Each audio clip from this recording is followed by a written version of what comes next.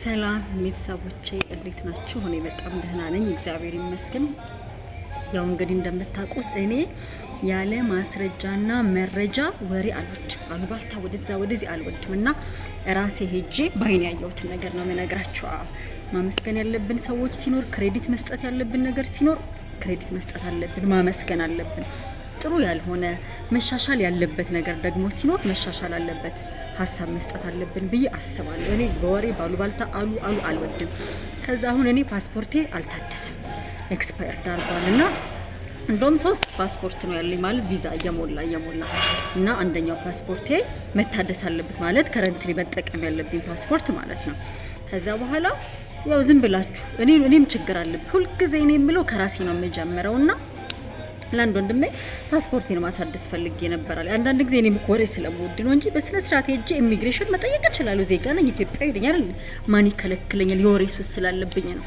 ከዛ ስለው ምን ችግር አለ? በቃ ኢሚግሬሽን በጣም ስለሚያስቸግር ውጭ የሚሰሩ ሰዎች አሉ አለኝ። እንዴት ስለው አስቸኳይ ከሆነ የምትፈልጊው ለ5 ቀን 20 ሺህ ብር ነው፣ ለ2 ቀን ደግሞ 25 ሺህ ብር ነው። ከዛ ደግሞ ለውጭ ደግሞ ብር ትከፍያለሽ አለኝ።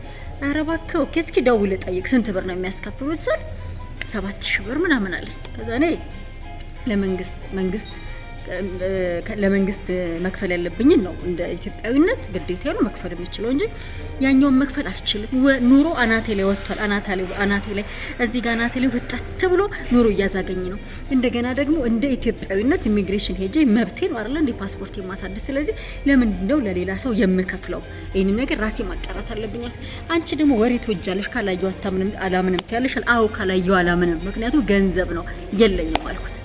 ከዛ በኋላ አልከፍልም በቃ ስለሌለ የለኝም። ስለዚህ አሁን ይሄንን እንደኔ የሌላችሁ መብታችሁን መጠቀም የምትፈልጉ ትኖራላችሁ። ስለዚህ ትክክለኛ መረጃ ሳልጨምር ሳልቀንስ ራሴ ሄጄ ያየሁትን መረጃ ቤተሰቦቼ ናችሁ። ስለዚህ የቤተሰቦቼ ነገር ይመለከተኛል።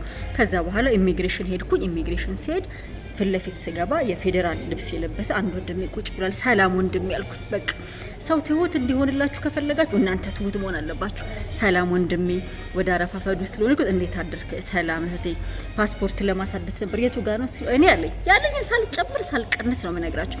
ወደ ህገ ወጦቹ አልክሽም ግቢና አሳድሽ አለኝና መራይ ፊት ለፊት በር ኢሚግሬሽን።